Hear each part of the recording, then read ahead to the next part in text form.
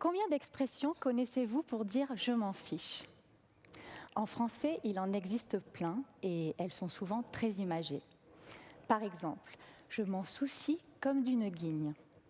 Alors, la guigne est une petite cerise rouge, si jamais vous vous demandez ce que c'est. Moi, j'ai découvert ces expressions en vivant en France. Certaines sont très drôles, comme « tu m'embosses le nombril avec le pinceau de l'indifférence ». En Corée, on a moins de façons de dire « je m'en fiche ». Peut-être parce qu'on est moins habitué à le dire, mais sûrement dans ma culture qui est collectiviste, le plus important, c'est l'harmonie sociale. Un peu comme ces bulles, chaque pull fait partie d'un tout, chaque pull donne à l'ensemble et son équilibre, et sa beauté, et son unité. Et d'ailleurs, les bulles sont rondes, et justement, en Corée, le cercle symbolise l'harmonie. Au contraire, le triangle représente la discorde. Alors, discorde qui peut être provoquée soit par des comportements impulsifs, soit par un manque de politesse. Et le problème avec le triangle, c'est qu'il casse l'harmonie. Il fait éclater les bulles. Et nous pouvons tous être des triangles. Alors justement, aujourd'hui, on va voir ensemble comment on peut faire pour en prendre conscience et comment on peut faire pour passer du triangle au cercle. Et pour ça, eh bien, on va vous parler du nunchi. Non, nunchi n'est pas un art martial ni spécialité culinaire. Donc c'est un art de vivre en coréen. En principe, est très ancré dans mon pays. C'est un lien qui est invisible, qui nous unit, qui régule toutes les interactions sociales depuis 5000 ans. Oui, et pour bien le comprendre, revenons un petit peu en arrière. J'ai découvert le nunchi il y a plusieurs années en faisant des recherches pour mon activité de psychologue. Alors, j'ai tout de suite compris son utilité et pour en apprendre plus, eh bien, j'ai contacté ma belle-sœur coréenne. C'est moi. Et on n'a pas fini d'en parler. Jimin a grandi avec le nunchi. Moi, je l'ai découvert adulte et je peux clairement répondre à la question. Si on n'apprend pas le nunchi enfant, est-ce qu'on peut l'apprendre et l'appliquer plus tard ? Et ma réponse est oui, avec une méthode toute simple qu'on va vous dévoiler. Mais d'abord, c'est quoi le nunchi ? Le mot nunchi signifie mesure de l'œil. C'est en fait savoir comprendre les autres en observant, en regardant tous les petits détails. Oui, et il n'y a pas de terme équivalent en français, mais on pourrait dire que le nunchi, c'est le savoir-vivre, le savoir-être, l'empathie, le tact. Ce qui compte avant tout, c'est vraiment l'observation. Observer et écouter. Quand j'étais petite, on allait dans des restaurants barbecue coréens avec des amis de mes parents, leurs enfants. Dans ces restaurants, au milieu de la table, il y a de la viande à faire cuire avec des petits accompagnements qui s'appellent banchan. En Corée, en principe, on partage tout. Donc souvent, une famille qui paye pour les autres et chacun son tour. Moi, je me souviens que chaque fois, ce n'était pas autour de mes parents qui règlent la note. Ma mère, elle nous rappelait toujours de bien agir avec nunchi, à mon frère et à moi. Et oui, Jimin, tes parents t'ont appris à agir avec nunchi quand tu étais petite, mais concrètement, comment on s'y prend ? Et dans cette situation, au restaurant, ça veut dire quoi agir avec nunchi ? Agir avec nunchi, c'est être attentif aux autres, faire en sorte qu'ils se sentent à l'aise. Comment on peut faire ? Alors pour ça, il y a 3 questions que l'on doit toujours se poser dans sa tête avant de prendre la parole. Première question, si j'étais à la place de mon interlocuteur, qu'est-ce que je ferais ? Si c'était le tour d'une personne qui a un petit salaire de payer, on va faire attention en passant la commande, en se mettant à sa place, qu'elle ne paye pas très cher.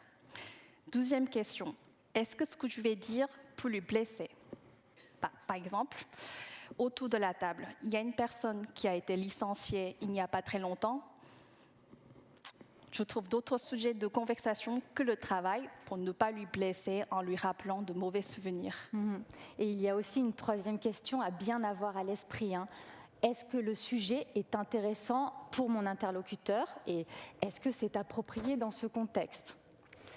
Par exemple, si ma passion c'est les chats, mais qu'autour de moi il n'y a que des personnes qui n'ont pas d'animaux domestiques, eh bien, je fais attention de ne pas parler de mes chats pendant tout le repas. Oui, pensons bien ces 3 questions. Et pour ça, il est très important de prendre un petit temps avant de réagir.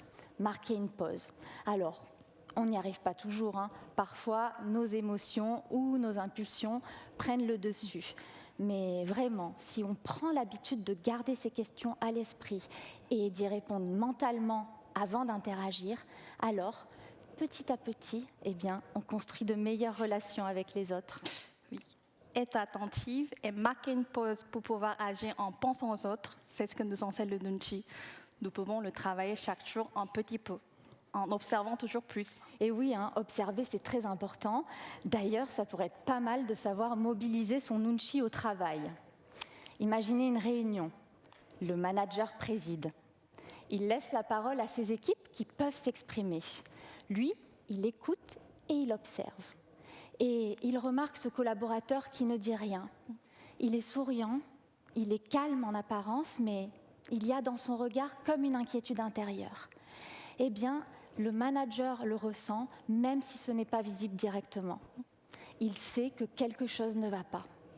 Oui, le manager voit que cet employé souriant a un problème. Il sait détecter les signes invisibles.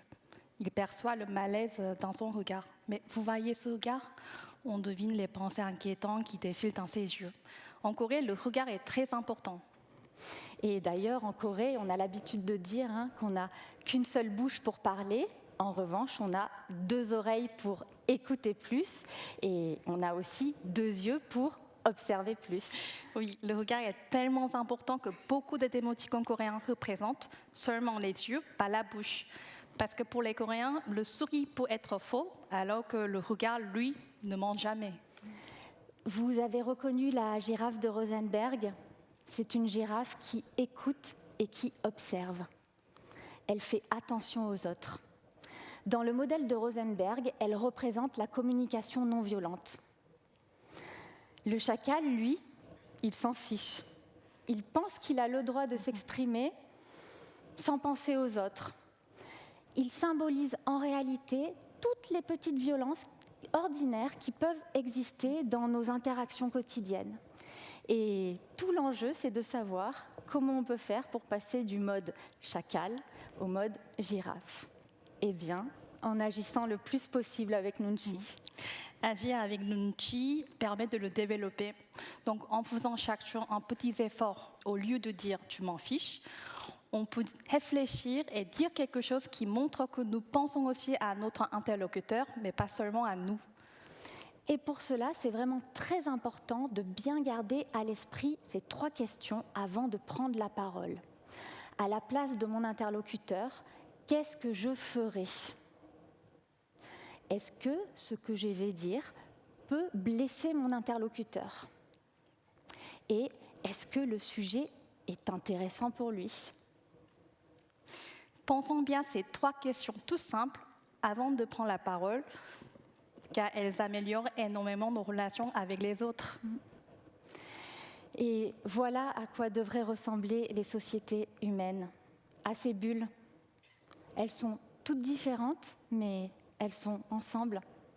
Elles interagissent, elles dialoguent, elles échangent aussi, sans s'agresser.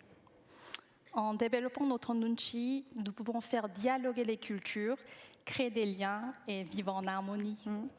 À chacun d'entre nous alors d'être moins triangle et plus bulle, grâce au Nunchi. Merci. Merci.